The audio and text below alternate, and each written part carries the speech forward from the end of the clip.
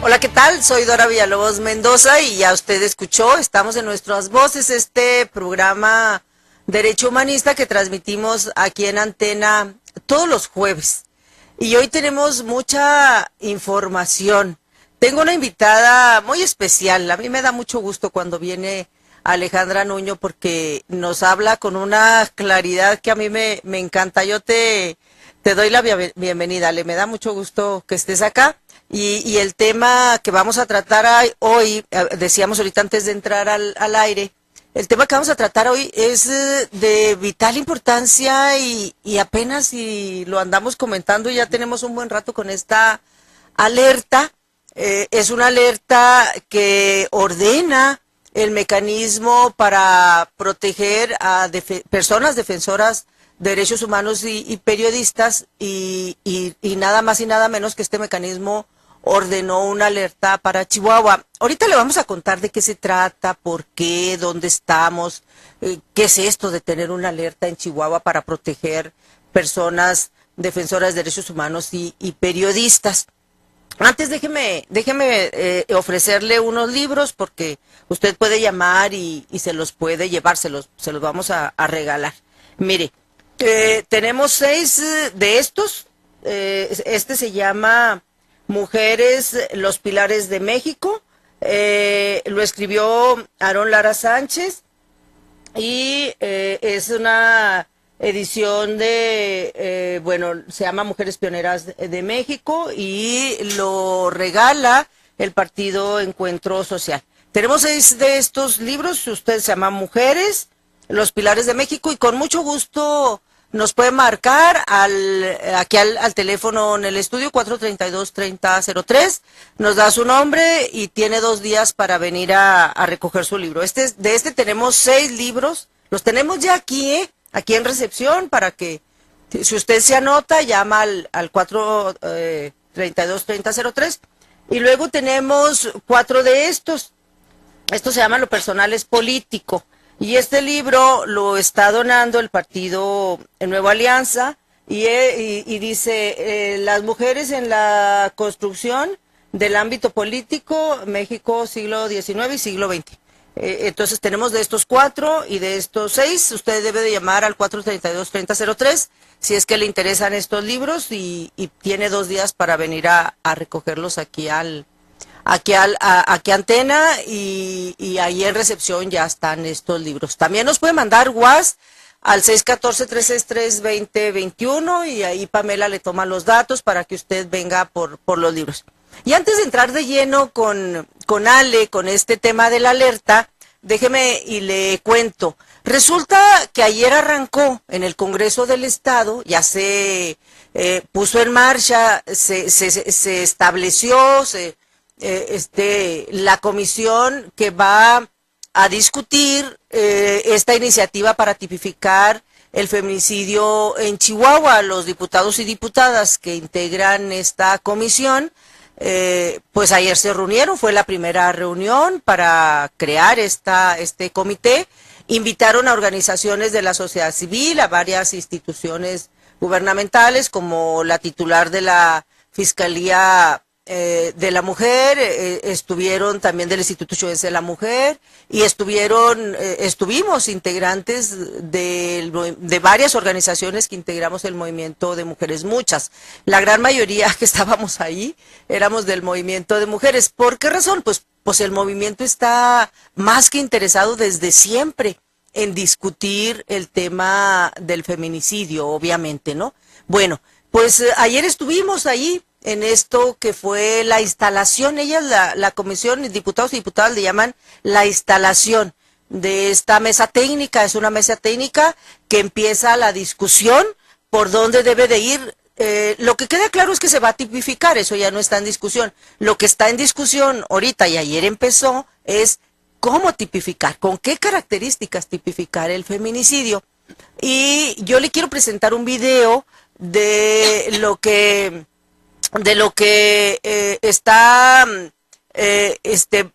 posicionando el movimiento de mujeres, porque aunque esto apenas empieza, esta discusión está arrancando, todavía falta un buen tiempo. La verdad es que lo ideal es que se tenga ya estas características, estos perfiles lo antes posible, para que esta iniciativa de ley suba lo más rápido posible y que se pueda eventualmente pues aprobar pronto, ¿no? Erika Mendoza, la abogada Erika Mendoza, ella fue la encargada de leer el posicionamiento que llevamos ahí a esta mesa técnica del Congreso del Estado, donde se discute la tipificación del feminicidio.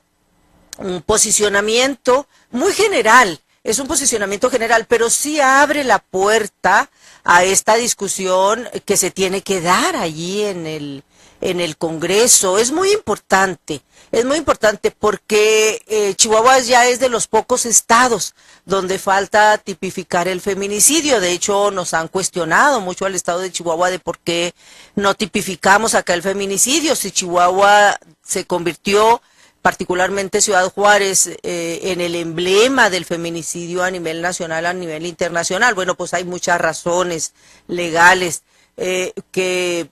jurídicas por las que Chihuahua no ha tipificado el feminicidio. Otros estados donde se ha tipificado ha tenido problemas porque condicionan características muy difíciles de probar a la hora de los procesos jurídicos. Lo que queremos acá en Chihuahua, pues es que no nos salga contraproducente tipificar.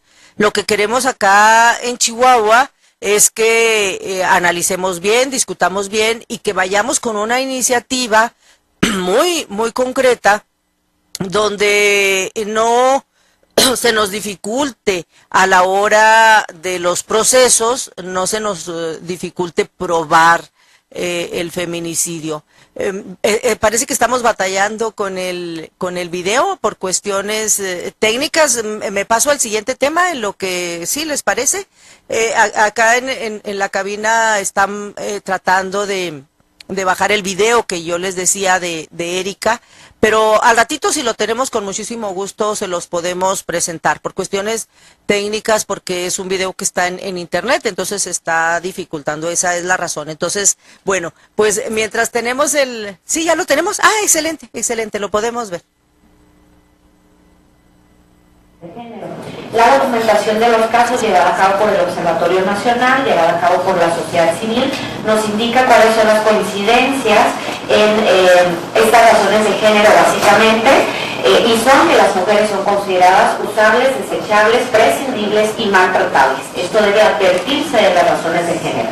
El terreno fértil para que se vea el feminicidio ocurre en el ambiente ideológico y social del machismo, es decir, de la misoginia, por medio de la violencia normalizada contra las mujeres, que esto es muy difícil de que se identifique, pero tiene que existir también en las fracciones.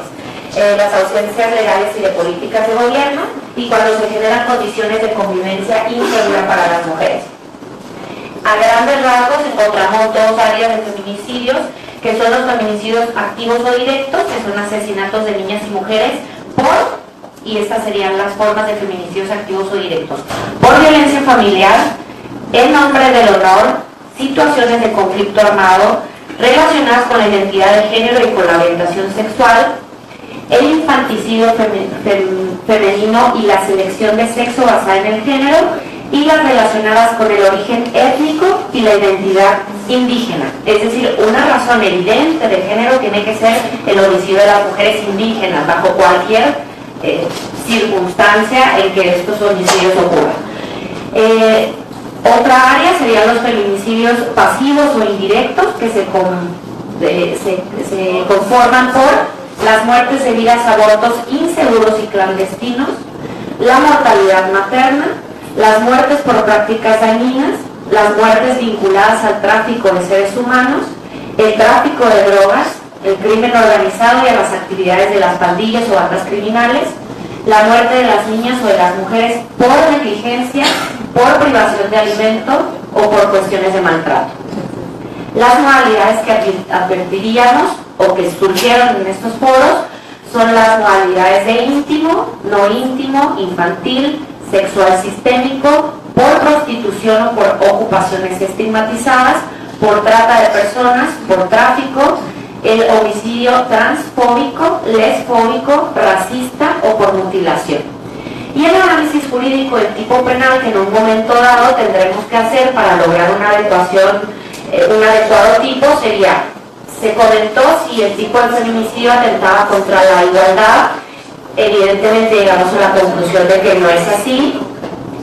Lo que sí produce desigualdad son las omisiones del Estado para proteger de manera específica a las mujeres de la violencia de género y en concreto del feminicidio.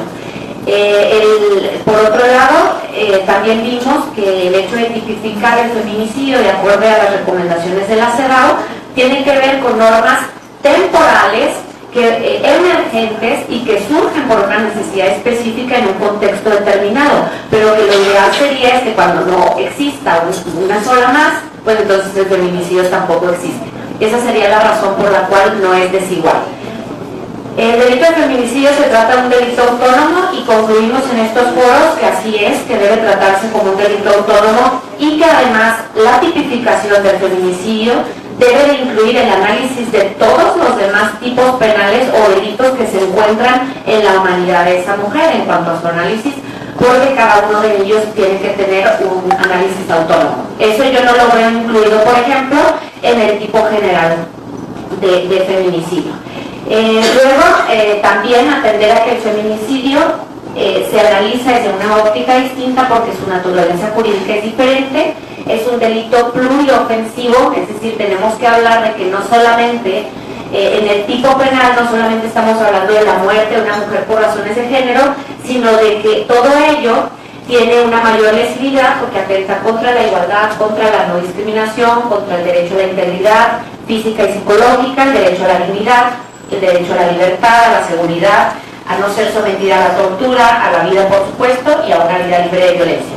Y las características que debe de contener el tipo penal es que se trata de un delito doloso con multiplicidad de conductas objetivas determinadas y bienes jurídicos diversos, es decir, no nada más es la vida lo que estamos tutelando en este tipo penal. Las hipótesis constituyen elementos objetivos del tipo atendiendo al principio de legalidad y tipicidad. Se debe atender a las circunstancias de hecho en el ámbito privado y público. Esto resulta muy trascendente porque yo veo una fracción donde habla de la exposición del cuerpo de la mujer de manera pública, lo cual no debería de ser así. En algunas ocasiones hemos tenido obstáculos muy graves desde el observatorio, pero también en el CEDEM, en donde, por ejemplo, por querer acreditar que el cuerpo estaba expuesto, la defensa muy válidamente argumentó es que este fraccionamiento no es público, es privado. Aunque la mujer esté ahí aventada en el parque, este parque es privado, no es público. Y entonces este asunto que les estoy ejemplificando como un asunto de Sinaloa, en donde ya no se pudo integrar el feminicidio como tal, nada más por la cuestión de la exposición pública, ¿no? La exposición es así, exponer el cuerpo es eso. No importa si es público o dentro de su casa, es exponer a que los demás puedan verle y que esté de una manera indignante, ¿no?, para esa persona. Y pues dijimos que era autónomo. Por otra parte, analizamos en los foros que las razones de género deben incorporarse dentro del Código Penal, pero se deben de traducir de manera objetiva y nunca pueden ser de forma limitada, porque las razones de género no son estáticas, cambian en las formas y en el tiempo. Es decir, tenemos que tener una fracción ahí que nos indique que puede haber diversas formas de género que no están ahí contenidas, porque se modifican las formas en que las mujeres son asesinadas. La crueldad es la misma, pero han modificado en cuanto a los instrumentos que se utilizan. Entonces no podemos limitar en cuanto a las razones de género de manera absoluta, como yo advierto en este tipo. Deben de ser lo más claras, deben de ser, no pueden ser de forma genérica, no pueden ser de forma ambigua. Y bueno, pues ya traigo yo algunas razones de género, que algunas están aquí y otras no, pero no sé si sea este momento el adecuado. Por último, en los foros se hicieron algunas consideraciones finales importantes de tomar aquí. como por ejemplo que la actual tipificación del homicidio de mujeres agravado,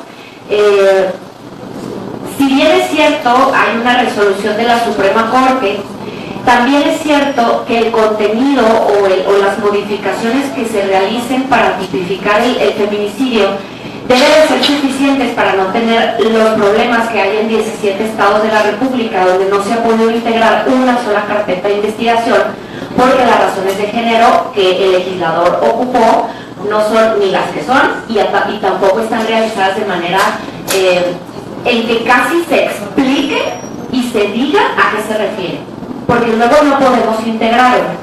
Luego también se habló de que la CEDAW impone la obligación de tomar las medidas necesarias para prevenir y sancionar y erradicar el feminicidio, pero que no nos establece ninguna directriz obligatoria para que el legislador diga, bueno, pues es que la CEDAW me está diciendo que lo tengo que hacer así. No, lo que nos dice es, analiza tu propio contexto y ve cuáles son esas razones que son importantes para que se contengan en el tipo penal. Es necesario también que se tome en cuenta la exposición de motivos que se realizó en el año 2005, en la legislatura del 2005, en donde se proponía reformar las penas, varios artículos sobre las penas relativas al homicidio de mujeres. Es decir, la pena debe de ser de 30 a 60, y la verdad, de 30 a 60 estaba contemplada. E incluso, dice esta exposición de motivos, que incluso puede quedar más cuando son diferentes delitos, aunque en la práctica no se pueda desarrollar de esa manera, pero es importante que se pueda tener una sentencia de esas formas. Y por último, en los foros se dijo que se debía analizar la experiencia nacional, que no ha sido del todo positiva, como están legislados los tipos de feminicidio. No necesitamos normas legislativas inoperantes, insensibles, que den pie a la mayor impunidad y naturalización del feminicidio. Eso fue una conclusión, digamos, de los foros. Este es el resumen de los foros. Posicionamiento que leyó Erika Mendoza a nombre del movimiento de mujeres, y es muy importante porque esta mesa técnica apenas empezó. Va a haber reunión la próxima semana y seguramente todas las semanas con las propuestas de las distintas organizaciones y se abrirá la discusión con diputados y diputadas. Es muy importante que quede claro, ojalá que así sea, que el Congreso del Estado, esta mesa técnica, debe de escuchar a las organizaciones expertas. Y en esta ocasión, si alguien tiene experiencia en el tema del feminicidio, es el movimiento de mujeres. Sobre todo algunas de las organizaciones que son parte del movimiento de mujeres. Entonces, ojalá que esta mesa técnica tome en cuenta, yo creo que sí, ayer se mostró muy abierta, muy receptiva, los diputados y diputadas que integran esta mesa técnica, para que tengamos una tipificación del feminicidio adecuada. Nos vamos a corte y regresamos ahora sí con Ale Nuño y toda esta alerta que tenemos en Chihuahua para proteger personas defensoras de derechos humanos y periodistas. Vamos a corte y regresamos. Estás escuchando nuestras voces. Regresamos, estamos en Nuestras Voces. Este programa Derecho Humanista que transmitimos aquí todos los jueves. Nos puedes marcar.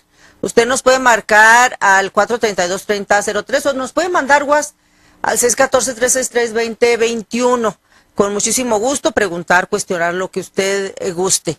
Y estoy platicando con Alejandra Nuño. Alejandra es una abogada experta, muy especializada en temas de derechos humanos. Y a mí me gustaría mucho, Ale, que nos puedas explicar así con mucho detalle esta alerta que cobra mucha importancia, me parece a mí. La alerta la tenemos desde el año pasado, no es nueva, no es reciente. Sin embargo, cobra mucha vigencia y mucha importancia a partir de estos asesinatos que tenemos. Por un lado, de estos dos líderes indígenas, uno allá en Coloradas de la Virgen, otro en Choriache, líderes de esas comunidades allá en Guadalupe y Calvo, y luego el asesinato de la periodista Miroslava Bridge aquí en la ciudad. Estos tres más otros que teníamos ya antes, pero ya estos 3 asesinatos ya con la alerta de protección. ¿Qué pasa? Pues si se supone que la alerta esta que ordena este mecanismo a los gobiernos, pues es para que haya mecanismos de protección, pero pues seguimos teniendo asesinatos.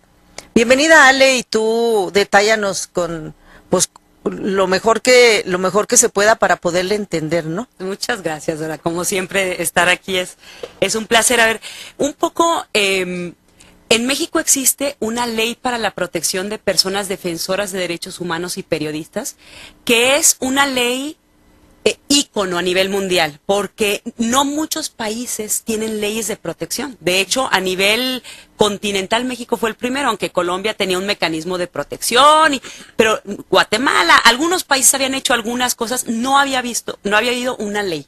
Entonces, esta ley es establece un mecanismo de supervisión, ¿no? Un mecanismo de protección, una junta de gobierno, y me parece que tiene 2 grandes mandatos.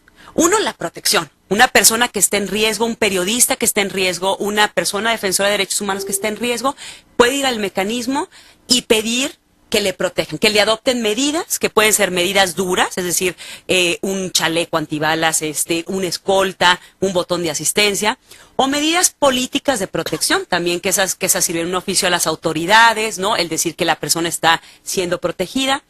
Entonces esa es la reacción cuando ya te atacaron, cuando ya te agredieron. Cuando estás en riesgo. Cuando estás en riesgo. Pero también existe dentro de la ley una posibilidad de prevenir esas agresiones, ¿no? Entonces, dentro de la ley se establece que la Junta de Gobierno del mecanismo puede adoptar medidas, digamos, de prevención. ¿Y qué ha pasado en este caso en particular? Bueno, en Veracruz se había adoptado una medida preventiva, ¿no? Una alerta preventiva, pues porque es el estado con mayor número de asesinatos de periodistas, y ese había sido el único precedente. Lamentablemente en Veracruz seguimos viendo asesinatos y agresiones fuertísimas a periodistas. Nada más en marzo pasado, un periodista asesinado, y otro con los 2 pulmones perforados. O sea, estamos hablando de agresiones muy, muy lamentables y muy fuertes. Entonces, en el caso de Chihuahua, el año pasado, cuando empezaba un poquito ya la campaña electoral, cuando había más beligerancia de algunas organizaciones, pero también cuando había otras organizaciones que tenían una agenda muy sentida, empezamos a ver con mucha preocupación una campaña de desprestigio. Primero, a las organizaciones muy valientes de la Sierra Tarahumara, Contec, Bogueraza, Alianza Sierra Madre, que fueron en esta caravana por la Sierra Tarahumara, y empezamos a ver en medios campañas de desprestigio en contra de ellas, ¿no? A eso se suma una campaña de desprestigio contra Lucha Castro, contra Blanca Gámez, contra Patricia Mayorga, ¿no? Entonces veíamos con mucha preocupación qué era lo que estaba sucediendo en un gobierno tremendamente autoritario que se había caracterizado, entre otras muchas cosas, por agredir, ¿no?, a defensores y periodistas. En un estado como es Chihuahua, que es el estado con mayor número de personas defensoras de derechos humanos asesinadas en México, y periodistas más o menos va en los primeros lugares también. Entonces, con ese clima de animadversión, donde no podíamos hacer nada con las autoridades locales, es que vamos el 7 de marzo pasado a la Junta de Gobierno, al presidente de la Junta de Gobierno, que es el subsecretario Campa, y 24 organizaciones de Chihuahua piden la alerta. Después de un trámite, estamos hablando de hace un año. Estamos hablando de hace un año, del 7 de marzo del año pasado. Se solicita la alerta, ¿y qué pasa? En abril viaja personal del mecanismo de protección, se entrevista con una serie de organizaciones para empezar a tener un diagnóstico de qué era lo que se tenía que hacer en el caso de Chihuahua, ¿no? Eso fue lo primero que hicieron. Lamentablemente, al día siguiente de entrevistarse con organizaciones y periodistas, íbamos a tener una reunión con diferentes autoridades. Las autoridades de ese momento, se había pedido una reunión con el fiscal general, con el secretario general de gobierno, a un nivel de interlocución razonable. Y lamentablemente llegaron pues funcionarios, ni siquiera te diría de segundo nivel, sino de muy bajo nivel. El gobierno de Chihuahua nunca mandó observaciones a el diagnóstico que se estaba haciendo, aunque se les solicitaron por escrito. Y pues así llegamos a a finales de julio del año pasado, en donde la Junta de Gobierno del mecanismo finalmente adopta, dice, a ver, yo viendo este diagnóstico, que es muy preocupante, tengo que adoptar una alerta preventiva, ¿no? Entonces, adopta la alerta preventiva y notifica en agosto tanto a las organizaciones solicitantes de la alerta como particularmente al gobernador todavía César Duarte. Y les dicen, tenemos que, esta es la resolución del mecanismo, y entonces, ¿qué viene después de eso? Viene a ser un plan de contingencia, es decir, ya vimos que hay un diagnóstico preocupante, entonces de ese diagnóstico tenemos que ver qué acciones tenemos que tomar de prevención, no de reacción, de prevención, para que eso no vuelva a suceder. Y estamos hablando de cuestiones tremendamente estructurales, ahorita voy a hablar un poquito de las mesas de las que estamos hablando. Eso es en agosto, las notificaciones. Ya para octubre viaja otra vez el mecanismo de protección y tenemos mesas de trabajo. Me voy a detener aquí, Ali, Sí. porque tengo que mandar a un corte Sí. para que regresemos y nos hables con todo detalle lo de las mesas. Esta alerta viene desde el gobierno federal. Este mecanismo del que tú hablas Sí. es una ley federal y entonces el ordenamiento de la alerta viene desde el gobierno federal para el gobierno estatal, para que el gobierno, y lo que aquí debe de quedar muy claro, me parece a mí, es cuando este gobierno federal, porque este mecanismo depende de la Secretaría de Gobernación, no estamos hablando de un nivel, de cualquier nivel, estamos hablando del primer nivel de gobierno federal, ¿no? Cuando, regresando, voy a dejar esto sobre la mesa para que regresando nos platiques poquito más. Cuando el mecanismo que depende de la Secretaría de Gobernación decide si lanzar la alerta a Chihuahua, porque es una alerta solo para el estado de Chihuahua, significa que encontró en este diagnóstico condiciones graves de riesgo para las personas defensoras de derechos humanos y periodistas. Es decir, este mecanismo además es muy duro. Este mecanismo no había querido, pues solamente Veracruz en el caso de periodistas, y esta es la segunda alerta que emite en todo el país desde que tenemos esta ley. Y yo lo que quiero pensar, y con esta pregunta me voy, Ale, es que seguramente este mecanismo, en este diagnóstico que hizo aquí a Chihuahua, debió haber encontrado condiciones muy riesgosas para defensores, personas defensoras y para periodistas. Y tan es así que no se equivocó el mecanismo, que ya teniendo la alerta, tenemos asesinatos de estos líderes defensores de derechos humanos y de una periodista. No estamos hablando pues como de cualquier cosa. Me voy a corte y regreso con esta reflexión y en todo para que ya nos cuentes cómo va el proceso. Nos vamos a corte, Pamela, muchas gracias. Estás escuchando nuestras voces. Regresamos. Regresamos, estamos en nuestras voces aquí en Antena, en este programa Derecho Humanista de los jueves. Nos puede marcar 432-3003, nos puede mandar WhatsApp 614-363-2021 con toda confianza. Y estoy platicando con Alejandra Nuño. Ella es abogada especializada en toda esta temática de derecho humanista a nivel internacional. Es asesora del Centro de Derechos Humanos de las Mujeres, también del Movimiento de Mujeres en Chihuahua. Entonces a mí me da mucho gusto que Ale pueda venir a explicarnos todo lo concerniente a esta famosa alerta que nos ganamos acá en Chihuahua y no nos ganamos de manera gratuita. Nos la ganamos porque de verdad, y pues ya se comprobó, una y otra vez se sigue comprobando, en Chihuahua es muy riesgoso para hacer periodismo y es muy riesgoso para hacer defensoría de derechos humanos. No, totalmente. Entonces, un poco retomando, porque sí me parece que era importante la cronología, Sí, ¿no? Entonces, sí, saber de llegamos qué se a octubre, trata. que es una fecha que me parece que es muy importante. Bueno, antes de octubre, en agosto, yo me acuerdo que tuvimos una conferencia de prensa para anunciar que, bueno, finalmente nos habían notificado la alerta.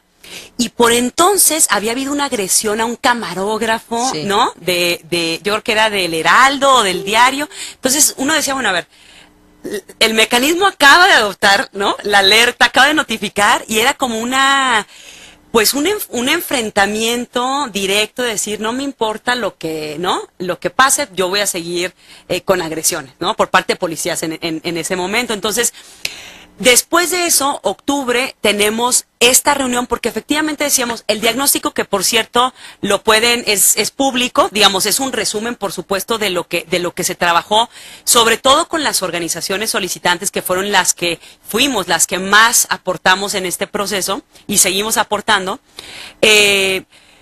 Estaba el diagnóstico y decíamos, bueno, de toda esta problemática, ¿cómo lo vamos bajando, no? Entonces llega esta reunión de octubre, en la que ya nos empezamos a dividir por grupos. Hoy en día hay 5 mesas, digamos, que tratan de ver la cuestión más estructural. Ahorita platico. La primer mesa tiene que ver con periodistas, ¿no? Con periodistas, todo lo que están, digamos, todo el tipo de agresiones que sufren periodistas.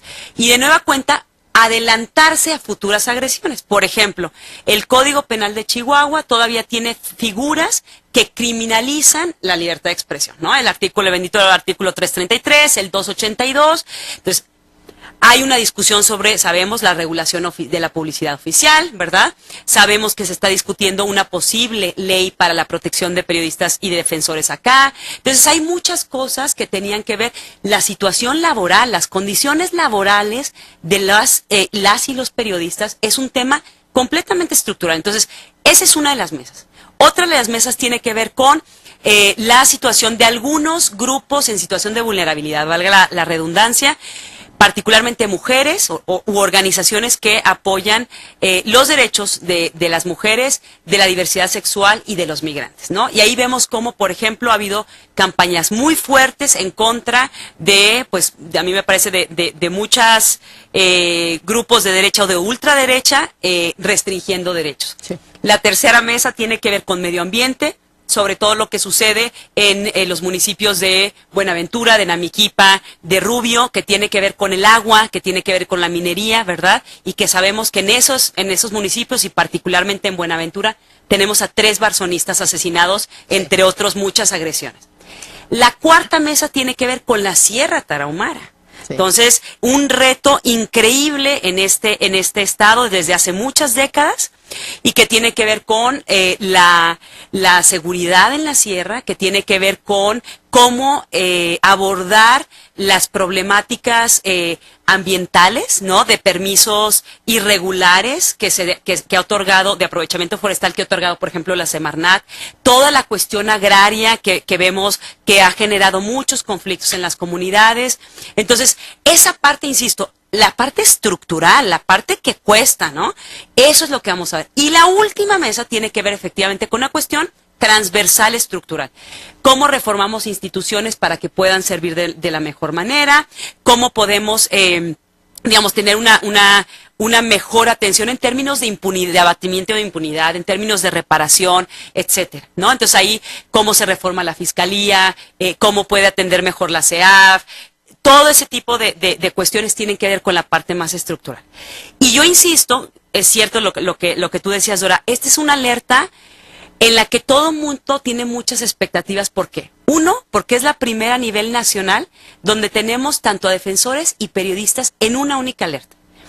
Y 2, porque estamos metiendo, no solo al gobierno, estamos metiendo a los 3 poderes del Estado, incluyendo a autoridades federales, porque hay cosas que le toca y autoridades municipales, es decir, 3 niveles de gobierno y en el caso de Chihuahua, los 3 poderes del Estado, porque hay problemas que tienen que ver con el Poder Judicial que no ha resuelto conflictos, litigios, etcétera, porque el Congreso tiene una enorme responsabilidad de adoptar leyes, derogar leyes, en su caso, que tengan que ver con mejor protección a periodistas, y por supuesto el gobierno del Estado en sus diferentes vertientes tendrá que ver. Entonces, todo eso para decir en qué estamos, ¿no? Finalmente, el 7 de abril pasado, tuvimos estas mesas, en donde ya una acción concreta, responsable, fecha, estamos diciendo a quién le toca y qué se va a hacer, ¿verdad? Una participación masiva, y especialmente creo yo de organizaciones, pero también de autoridades locales y federales. ¿Y qué falta entonces ahora? Falta que se adopte ese plan de contingencia. O sea, hasta ahorita tenemos una alerta en lo general. El plan de contingencia es el que dice la actividad específica, el responsable, derogar una conducta penal, ¿no? Le toca al Congreso, ¿cuándo lo va a hacer? Reformar a la Fiscalía, ¿a quién le toca? ¿Cuándo lo va a hacer? ¿No?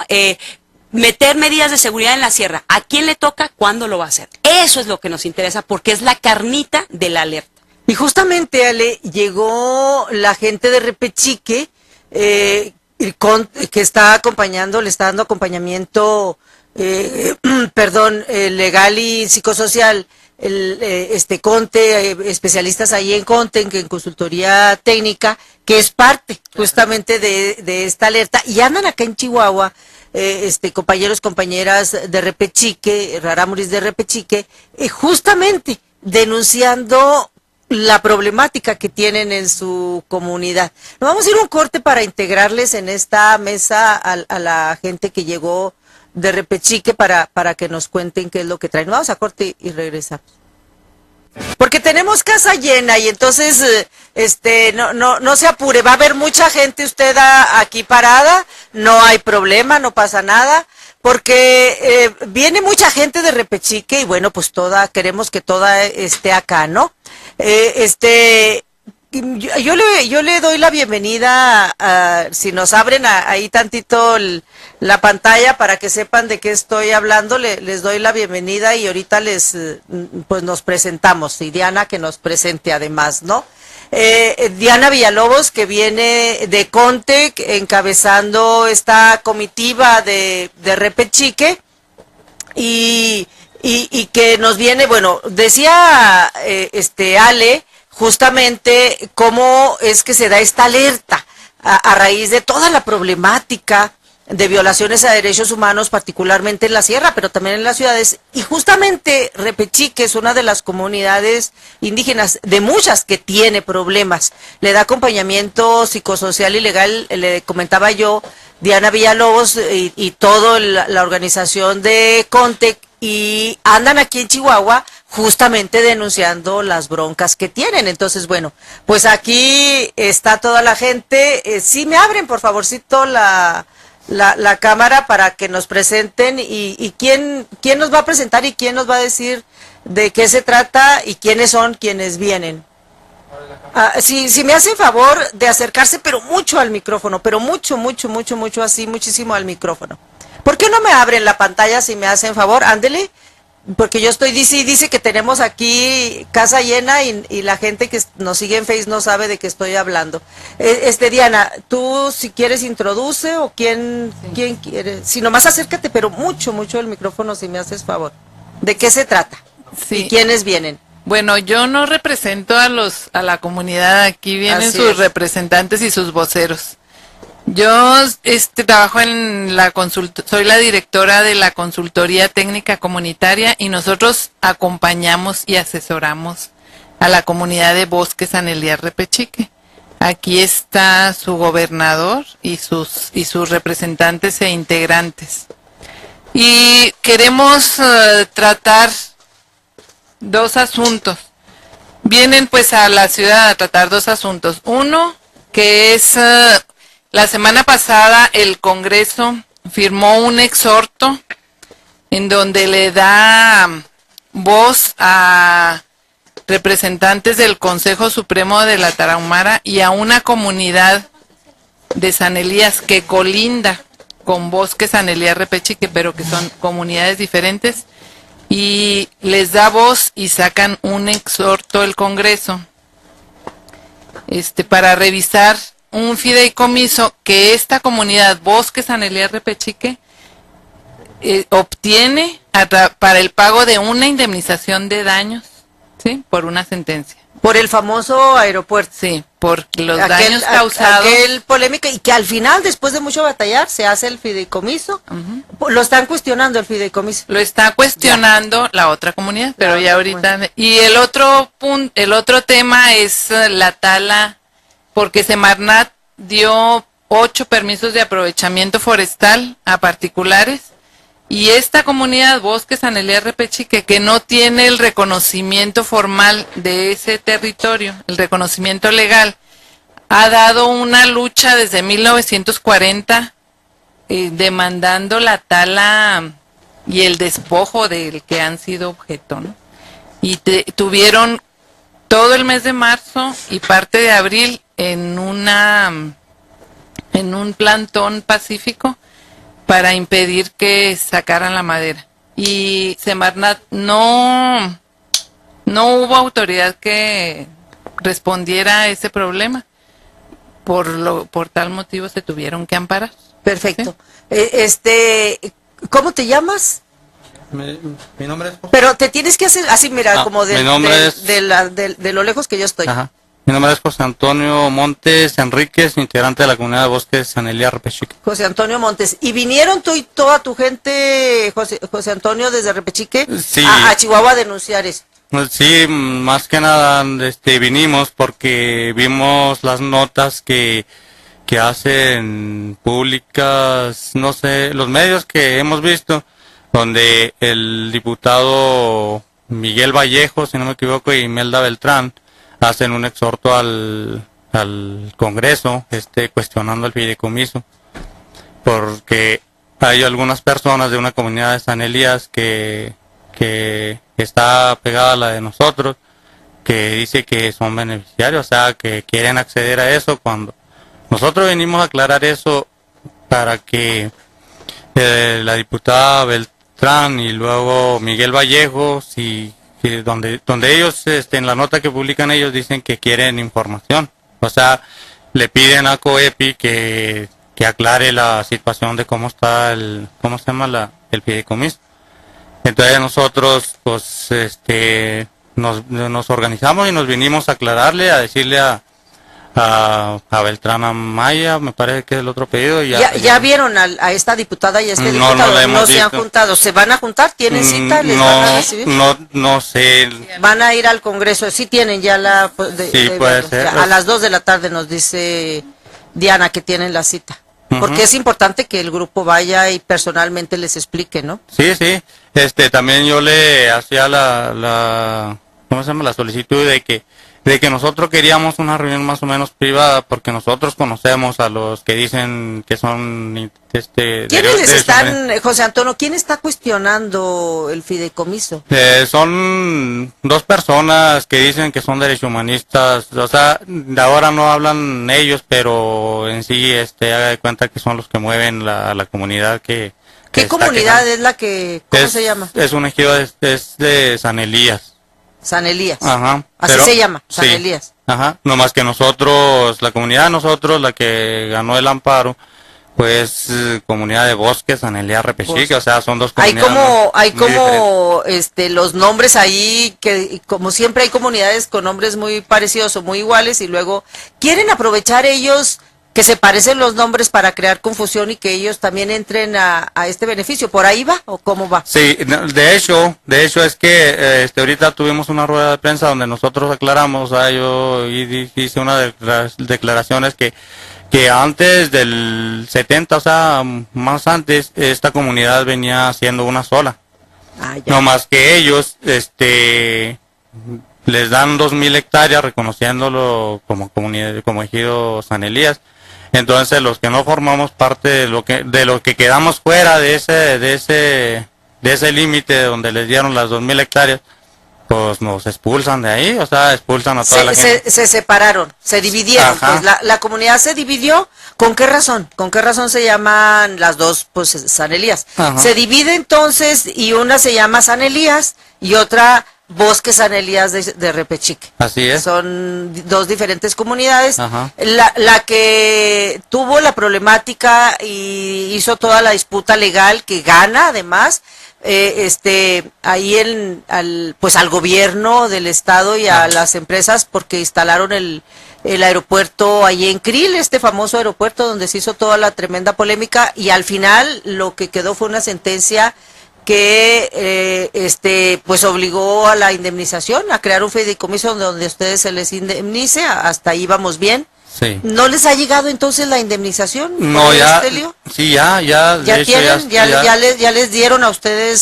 Sí. los dineros? Sí, sí, es que se llegó a otro convenio con con la nueva administración, de que era, primero se hablaba con la administración anterior, que no hizo ningún pago, o sea, no cumplió, pero pues quería inaugurar así sin haber cumplido la sentencia. Entonces llega la administración actual, entonces y hacemos otro convenio, me parece, no me acuerdo bien si fue un día 15 de diciembre, me parece. Entonces, donde el gobierno, la administración de ahora, se compromete a hacer de esos 7 años y medio, se compromete a hacerlo en 5 años. Entonces ya están las administraciones las primeras. Entonces lo que no hemos podido lograr es que estas personas no nos dejan trabajar, y luego aparte los problemas que tenemos nosotros pues son muchas. O sea, ahorita nosotros ahora hace como unos 15 días yo creo, tuvimos un plantón allí en la comunidad, no dejamos sacar la madera a los particulares que andaban tumbando pinos ahí, pues tuvimos un plantón de 40 días. Lo mismo pasó, o sea, pasó lo mismo que con el caso del aeropuerto, también la comunidad de Bosques San O sea, Eliano. no salen de una para cuando ya andan en otra, José Antonio, algo así. Sí. Entonces, en el caso del fideicomiso, sí les dieron ya los primeros pagos. Ajá. Solamente a ustedes, no incluyeron a estos de San Elías. No, de hecho, porque ellos son una comunidad Es aparte. otra parte, Ajá. pero andan ellos ahí discutiendo. Ajá. Pues. Sí. Ese es un lío. Y luego tienen este otro que es grave, o igual de grave, o peor de grave, donde les están talando su bosque. Sí. ¿Quién anda talando? Son particulares que no sabemos nosotros cómo consiguieron los títulos de Pero posesión. ¿cómo que particulares? Sí, son La gente- Semarnat así nomás les dio permisos y ya. Ajá. Y hemos cuestionado por años No eso. saben ni siquiera quiénes son. No los conocemos nosotros, o sea, conocemos por nombre a algunas personas de ahí, pero de que hayan sido de allí, pues nunca, y muchos particulares viven fuera, o sea, viven unos en Juárez y otros aquí en Chihuahua y así, o sea, no son Es conocidos. algo parecido como el aeropuerto, que fue algo así, como que eran particulares y dijeron, esto es nuestro, vendemos y órale. Acá también son particulares que se apropiaron de la tierra de ustedes y la andan talando. Sí, así está, o sea, sí, es el mismo, pues es la misma ¿Y problema. qué dice Semanat? ¿Ahí dónde están denunciando? ¿Qué va a pasar con eso? Bueno, Semarnat dice que todo es legal, o sea, todo es legal, pero allí nosotros hemos cuestionado ¿cómo se llama? La ley forestal. Por ejemplo, en la ley forestal nosotros lo dimos a conocer, o sea, porque nosotros sí lo leímos, que en cuanto exista un conflicto de tierras, o sea, en disputa de terrenos, que debe de suspender los permisos de aprovechamiento forestal, en la cual nosotros hemos metido demanda y no ha hecho ninguna. Y no hay nada. ¿Ahí hay nada. litigio? ¿Puede haber hasta litigio penal o hasta dónde es ese litigio? Porque tiene que haber un litigio, ¿no? Ustedes tienen que denunciar. Sí, o sea, nosotros ya tenemos muchas demandas, o sea, pero no. Por demandas no quedan. Sí. Y por protestas no quedan después de estos Tampoco. 40 días. Se nos fue el tiempo. Yo les agradezco mucho y les agradezco mucho que hayan venido también aquí, mujeres. Me da mucho gusto. Ya no tuvimos chance de entrevistarlas. Me hubiera encantado entrevistarlas, pero nos ponemos de acuerdo y luego vienen en otro día y podemos hablar más amplio. Vale la pena. Yo les agradezco mucho que estén acá, que se hayan dado la chance. Sé que están aquí recorriendo medios de comunicación y hablando para que les hagan caso. Les agradezco mucho, claro. Les agradezco mucho que hayan venido. José Antonio también, les agradezco mucho. Diana, muchísimas gracias. Ale también. Llenamos la casa. A Paola, sí, nomás te presto el micrófono. Porque... Por esta gente, Dora, exactamente.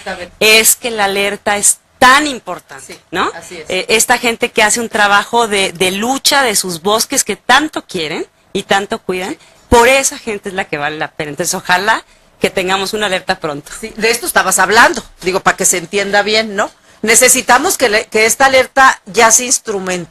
Y seguiremos hablando de la alerta y seguiremos hablando de las broncas que tienen las comunidades, particularmente allá en la sierra. Muchísimas gracias, nos tenemos que ir. Muchas gracias a todo el personal técnico y a Paola, sabes que hizo aquí